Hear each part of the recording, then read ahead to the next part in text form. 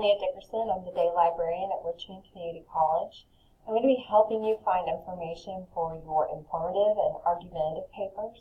One of the things I did to start helping you is I created a mini website specifically for your course that's going to lay out the different types of sources that you could potentially use, as well as some ways to decide whether a source is credible to use for your assignment. And I'm going to show you some highlights right now of it. So I'm going to get sort of off the screen, just off to the side there. This is the English 111 Writing and Inquiry Guide. So like I said, specifically tailored for your class. There's an overview, and then you'll see a find. And under the finds, you're going to see the different types of sources that the library can help you with. So we have books, we have print books and ebooks. There are articles, print articles and e-articles, videos, Blu-rays and DVDs, as well as streaming videos, and then finally websites, which of course you can find online on the internet. And then finally a help section. So these are the different types of sources that you can use for your assignment.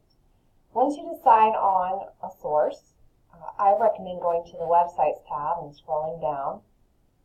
And you'll see there is a bunch of questions over here on the left that you should ask yourself before using a source.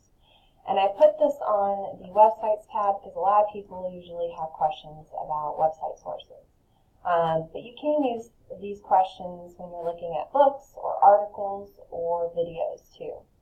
So you want to ask yourself some authority questions, specifically who created it, so who is the writer or the author. And then, who published it is also a good question to ask. And finally, what is their experience or knowledge on the topic? The next thing you want to ask is in regards to objectivity. So why was it written, and is it trying to sell you something or inform you? And is there any bias or prejudice present in it? And then finally, timeliness. When was this published? And is there more current information available? And if it's a website specifically, how often is the website being updated? So take a look at those questions when you're looking at a source to help you decide if you want to use it for your assignment. Finally, if you go back up under the Find, and it's taking a little bit to work. There we go. The computer's been a little wonky today. Really wonky. Down, down, down. Come on, come on. All right. Under the Find section, you're going to see a step-by-step research process. So parts of the process are, of course, thinking of a topic. That's pretty important. The next one is finding background information.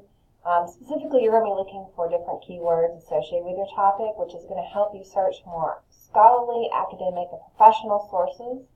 And do keep in mind, scholarly, academic, professional sources can come from any of these different types of sources.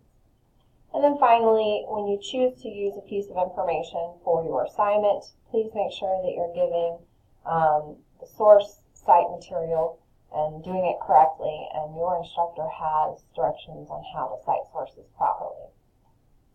Finally, under the Help section, if you are struggling with any part of this process or with finding information or deciding if something you found is credible information, first off, I am on your Moodle, so feel free to leave me a question on the forum down here and I will answer it. Alternatively, you can reach out to me via email, you can call me, and finally, you can schedule an appointment with me and I can sit down with you one-on-one to help you find whatever it is you're looking for in regards to your assignment. So we can either meet in person or you can set up a time and I can Skype with you. So lots of different avenues to explore if you need help finding information.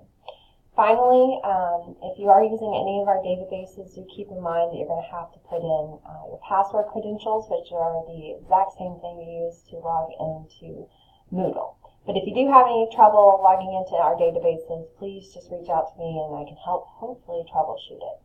Good luck on your assignments. I look forward to working with you this semester.